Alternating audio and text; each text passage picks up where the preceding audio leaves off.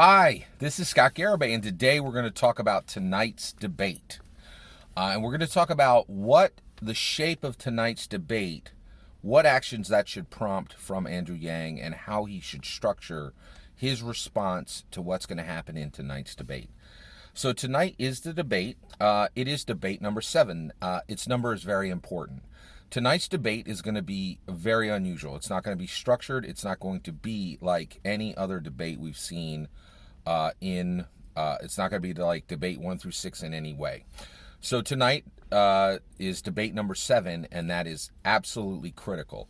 And the reason why is debate 7, I believe it's Latin, is septa, right? So tonight's debate is going to be a septuagenarian celebration, right? So the DNC, the Democrat voter base, the Democrat Party have been telegraphing this for a long time, and they're saying the future of this party is septuagenarianism, right? 70-year-old people who will be octogenarians when they're president, right? Or septuagenarians when they're president, right? And that, in addition to that, nonagenarians voting for septuagenarians and octogenarians is really where the DNC, where the Democrat voter, where the primary Democrat voter base, and where the Democrat Party really want to be, and where the Democrat where the Democrat aligned media want to be. This is what they want. And they've been telegraphing this for a while, trying to get this message understood, trying to get people to understand this. And in tonight's debate, it's over as far as like the debate, the pushback that has the conversation about whether there will be a septuagenarian celebration within the Democrat Party is over. That conversation is finished. Tonight will be the most raucous celebration of septuagenarianism ever, right? It's going to be a genarian party, a septuagenarian, octogenarian, nonagenarian party. It's going to be septuagenarians, Elizabeth Warren, Bernie Sanders, Joe Biden, septuagenarians, right? They will be the center of the stage, right? And that's not an accident. That is the DNC, the Democrat voter base, the Democrat Party saying to you, this is our future. These septuagenarianism, octogenarianism, nonagenarianism, that is the future of the Democrat Party. It's surprising. I did not expect us to be here, but that's what tonight's debate will be. It'll be a massive celebration of septuagenarianism, octogenarianism, nonagenarianism, right? Nonagenarians voting for septuagenarians now, most of who will turn into octogenarians while they're president. Pretty shocking. I don't think anybody expected that's what we would be celebrating in debate number 7. That's what the Democrats would want to celebrate in debate 7, right? But but it's locked in, right? And front and center, in the center of the stage, there'll be, the confetti will be thrown, the political confetti will be thrown, that the septuagenarianism is fully cemented into place, right?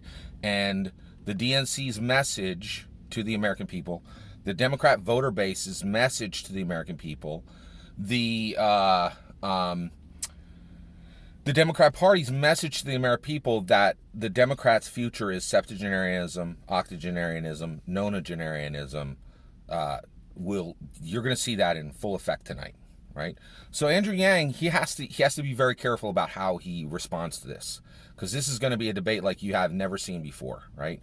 Honestly, I think for everybody who is down with septuagenarian, octogenarian, and nonagenarianism, this is going to be a great debate for you. You're going to have a lot of fun, right?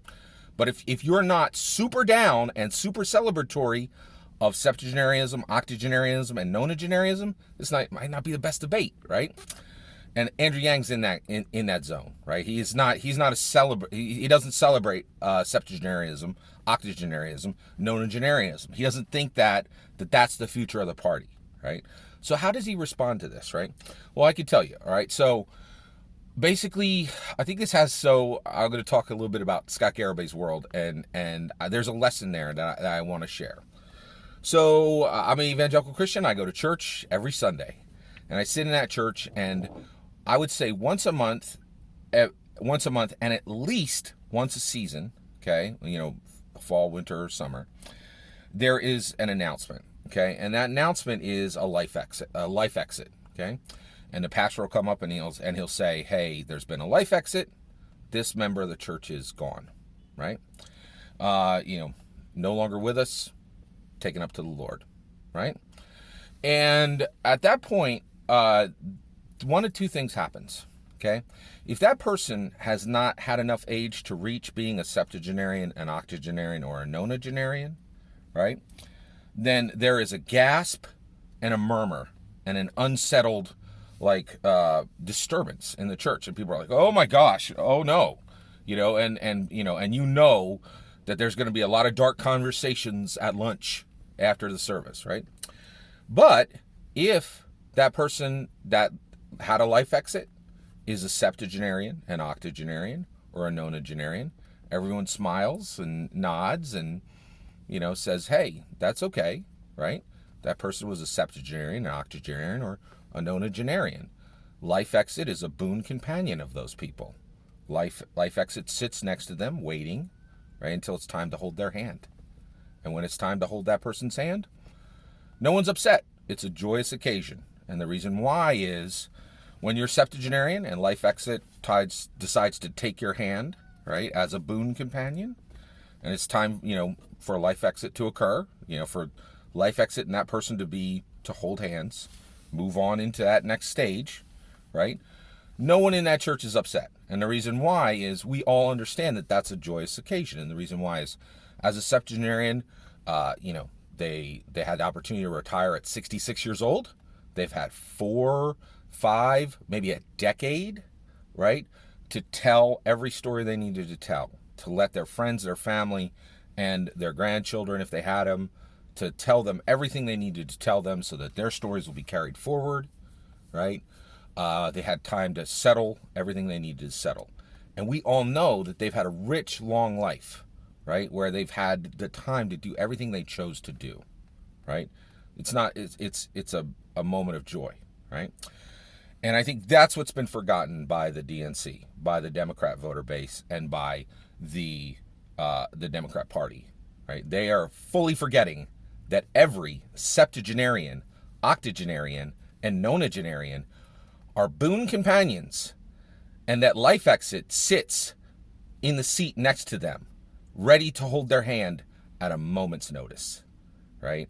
And I'm an evangelical Christian, so I know this. I go to church every week, right? Life exit is not, when you're in a church, life exit happens pretty frequent. It's a joyous occasion whenever it happens to a septuagenarian, an octogenarian, or a nonagenarian. We all understand this is a natural occurrence. Life exit is a boon companion to these people, right? Now, I fully understand why the DNC doesn't remember this, why the Democrat voter base doesn't remember this, why the Democrat Party doesn't remember this, right? Because the vast majority of Democrats are not evangelical Christians. That's a fact, right? I don't need to prove that one. That's pretty obvious, right? Right? So they don't have reminders, right? But Andrew Yang is smart enough to realize that reminders might be coming this year, right? And so the action that Andrew Yang needs to take based on the structure of tonight's debate, which is a frightening structure for anyone who is not, if you're a septuagenarian celebrant, there's no fright from tonight. Have a great time. If you are super down with the celebration of septuagenarianism, octogenarianism, and nonagenarianism, and that's your main concern with the future of America, enjoy tonight's debate, right? Because that's what it's going to be all about. It's just the celebration of septuagenarianism, octogenarianism, and nonagenarianism. That's it. It's all tonight's going to be, right? But if you have other concerns for America beyond septuagenarianism, octogenarianism, and nonagenarianism, right? Tonight's debate will be alarming, right?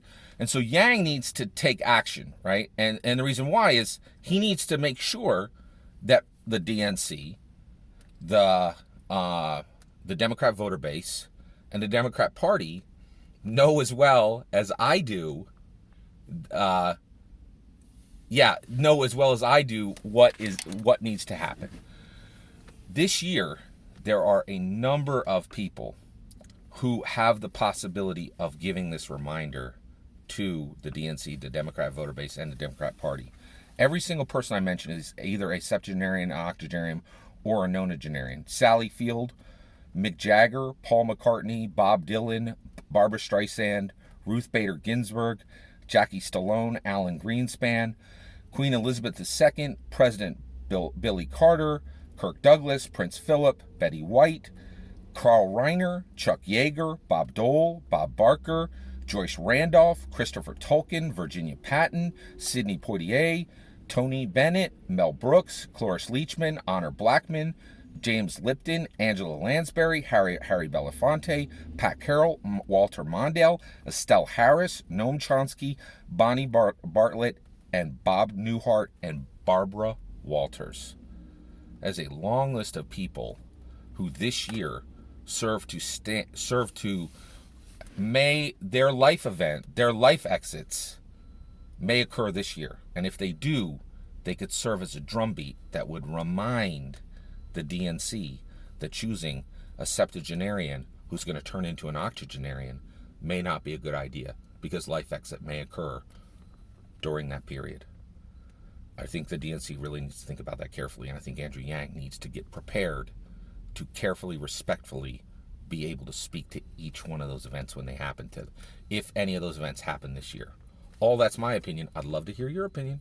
Let me know in the comments below. Please consider liking and subscribing, and have a wonderful millennium.